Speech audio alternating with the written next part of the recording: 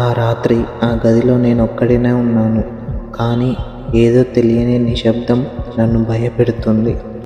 ఏదో జరగబోతుందని నా మనసు నాకు చెప్తుంది. సడన్గా బెడ్ మీద ఉన్న నా ఫోన్ మోగడం స్టార్ట్ అయింది.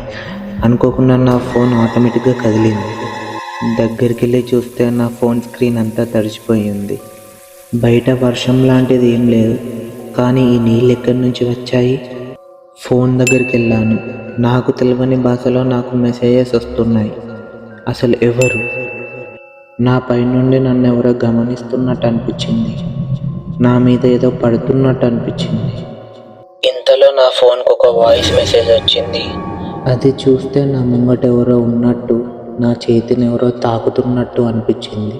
ఆ స్పర్శ తెలిసిన మరుక్షణమే ఫోన్ అక్కడ నేల మీద వేసి నేను బయటకు వచ్చాను. సడన్గా నా ఫోన్ గ్లిచ్ అయింది. స్క్రీన్ మీద ఒకటే పేరు కనిపిస్తుంది.